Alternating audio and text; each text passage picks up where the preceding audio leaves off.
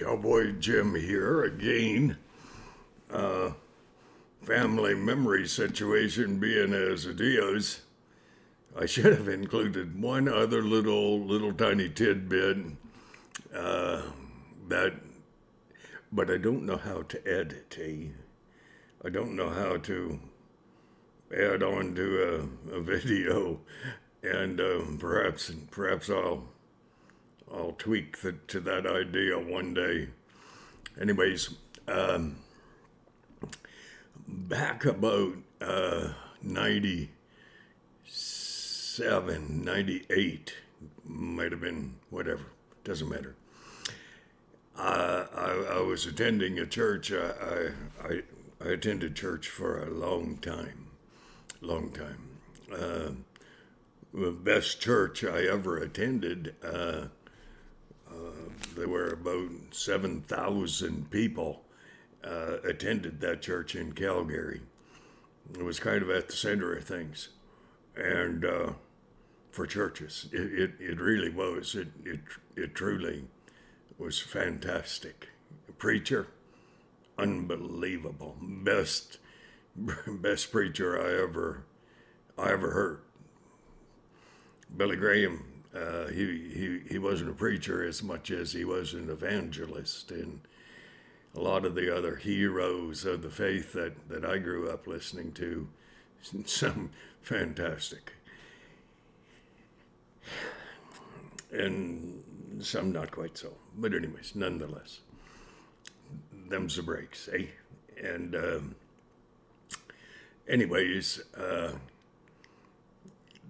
I attended what was a singles group, and there were probably 400 people.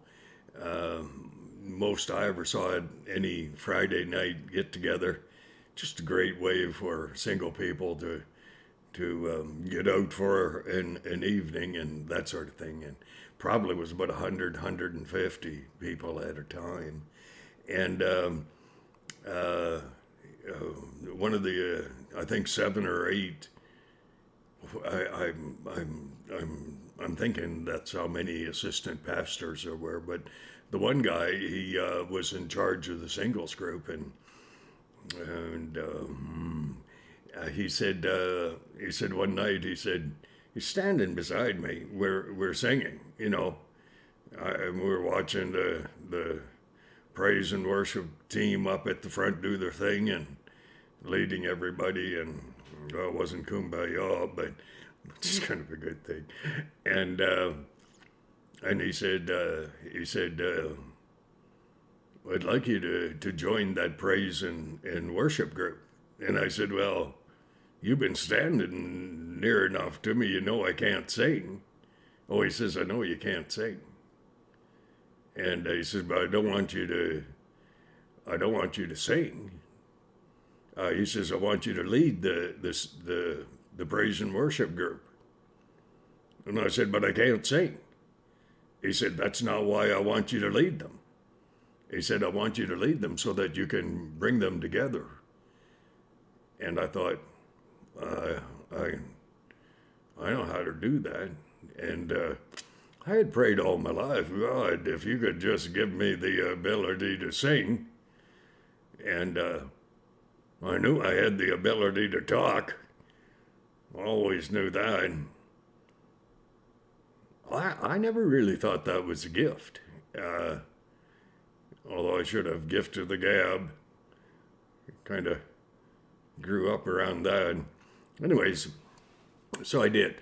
I led the praise and worship group, and it didn't take too long, and we all just kind of come together, and it's kind of surprising. That's what I've been doing all my life, no matter where I was, no matter what I was doing.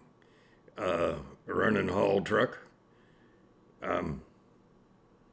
just reach out and touch someone's heart and try to instill a concept of community, of caring one for another. And so I did that. And one one guy, well, I think he kind of wanted to be the head guy of the praise and worship, and he quit. And then I was appointed, and when he came to me, he said, "What right do you have to stand up there and lead the praise and worship?" And I said, "Well, it's not because I can sing." I said, "I can't sing." He said, "Of course you can't sing. Everybody knows you can't sing. Why are you doing that?" And I said, "Well, because the preacher asked me to." It's so funny. Why do people, they won't do something themselves, but they get upset with you if you just try to help out in whatever way you can, however you can. People are so stupid, eh? Jealous? For what? Over what? Anyways, I mentioned in the last little video that the director at Heartland, he said, "You're not forgettable." And I did not agree with him. I mean, he told me not to come back. I didn't go back. Gee, you're not wanted somewhere. It's sometimes easier not to be there. And I was catching a ride from where I worked at a certain company in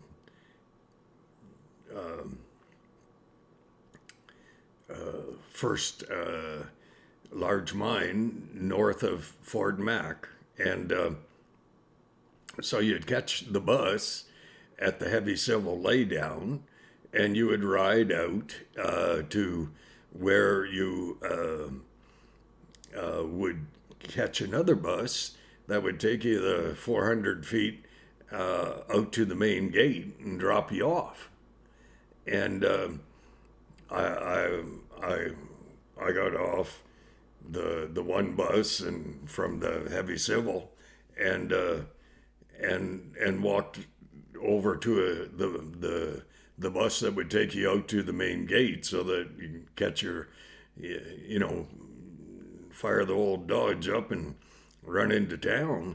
And a bus driver, he says, he was staring at me really quite hard. There was no one behind me, and because I checked, he was staring at me so hard, and I climbed up on the bus and did my little card thing, whatever it is, and he said, "Your name's Jim." And I said, "Yes." And he said, you're from Calgary." And I said, "Yeah." And he said, "Well, you used to lead praise and worship at such and such a church." I said, "Well, just for the singles group.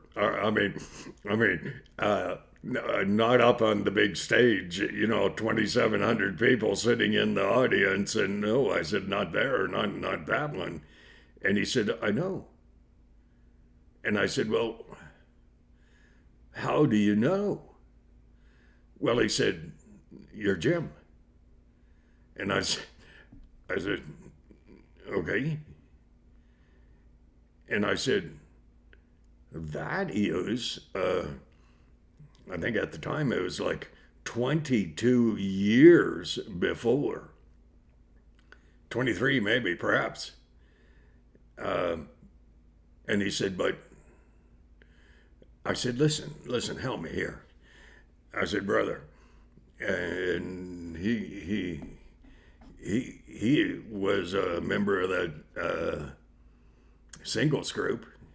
I didn't know him from Adam, and a nice guy. And I said, I had a full beard back then. And like, I'm looking for a job right now, but I really would prefer a job where I could keep my hair facial, and because I'm not getting rid of the other. Well, time hasn't done that to me. Well, God wouldn't do that to me, I'm pretty sure, because I mean, well, I just don't think he's that cruel, and he's not.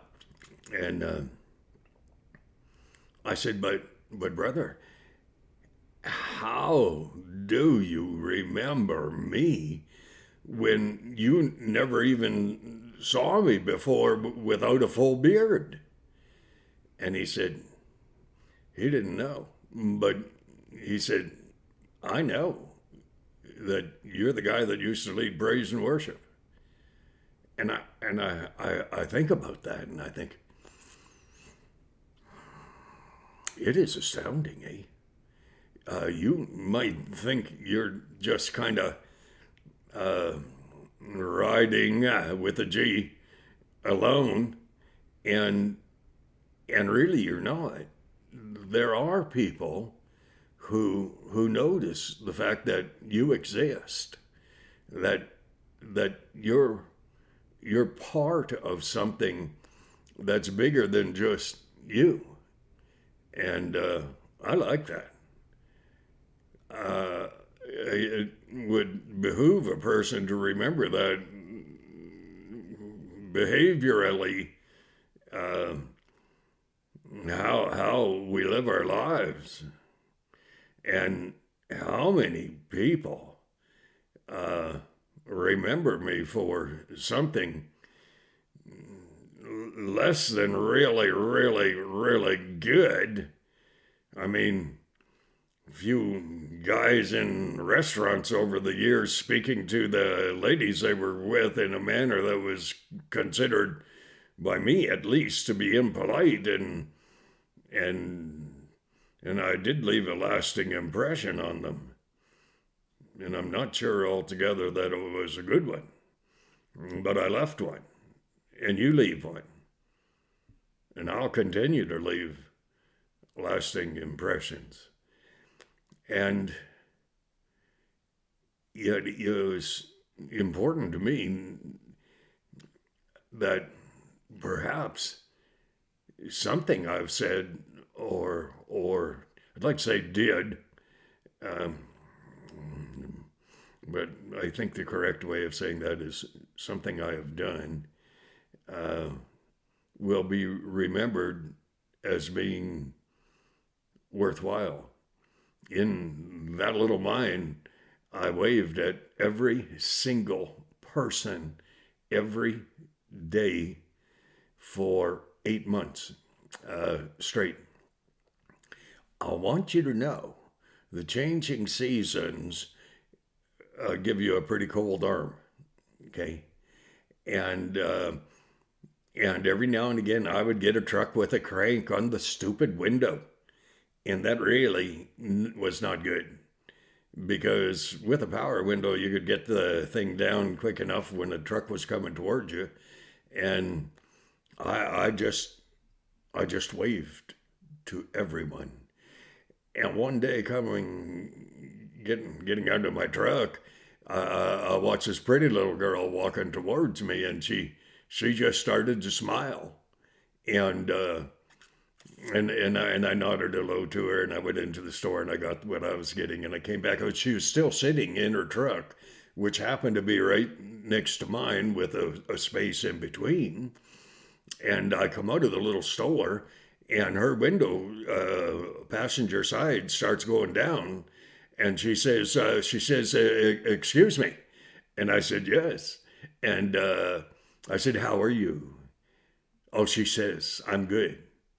And she says, you work up there. I almost said that. And I said, yes, I do. And not for that company, but for a sub company. And she said, you wave at me. And I said, I wave at everyone. She said, why?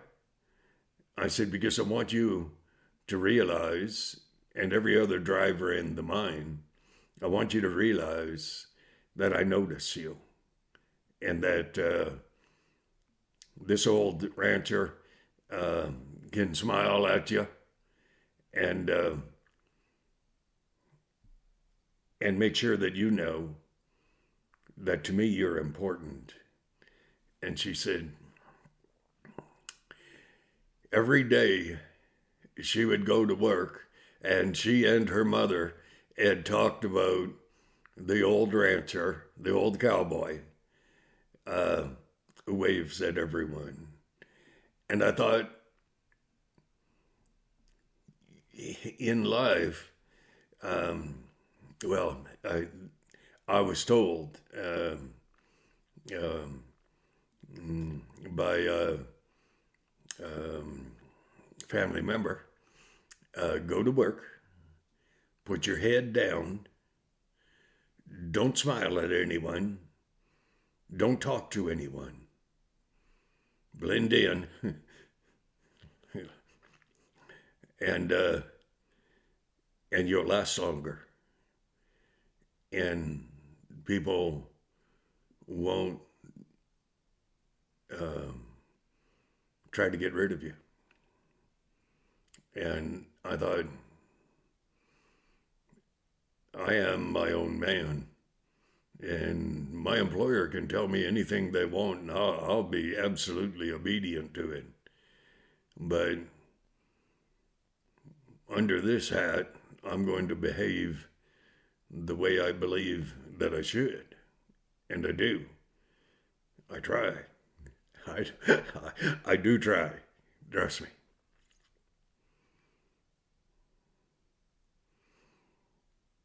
Other people have come up to me and down in Greg Ball, a lady, neighbor lady next door, she said, my husband knows you. I'd only moved in there for a short time, and I didn't stay there very long either. And she said, my husband works at such and such a place, and he said, the other day when you were getting out of your truck, he said, I know that man. He's the cowboy that waves at everyone. But she said, my husband doesn't know your name. And I said, well, it's Jim. And she said, I'm going to tell my husband. He's going to be so happy. He said, because that old man running that haul truck waved at him every single time that he went by in a light duty, not past meeting. And so here's the deal. You're going to be remembered, whether you want to or not, want to be or not. You are going to be remembered. And it's kind of up to you what you're going to be remembered as being. And you have to, I have to, as I've done for years, I always tried to work hard enough to earn the right, if asked, for my reason of faith in God. And the only way that I would ever get to, I think St. Francis of Assisi, he said he was always ready to give reason for his faith in Christ. And if he absolutely had to, he would use words. I love that. Listen, children, God bless you, eh? I'm not going over 20 minutes. I didn't think I'd make 6. Whoa. A little verbose there, aren't I? God bless you. God bless, eh? Smile, wave. Help people to know that you notice them, that they are important. God bless.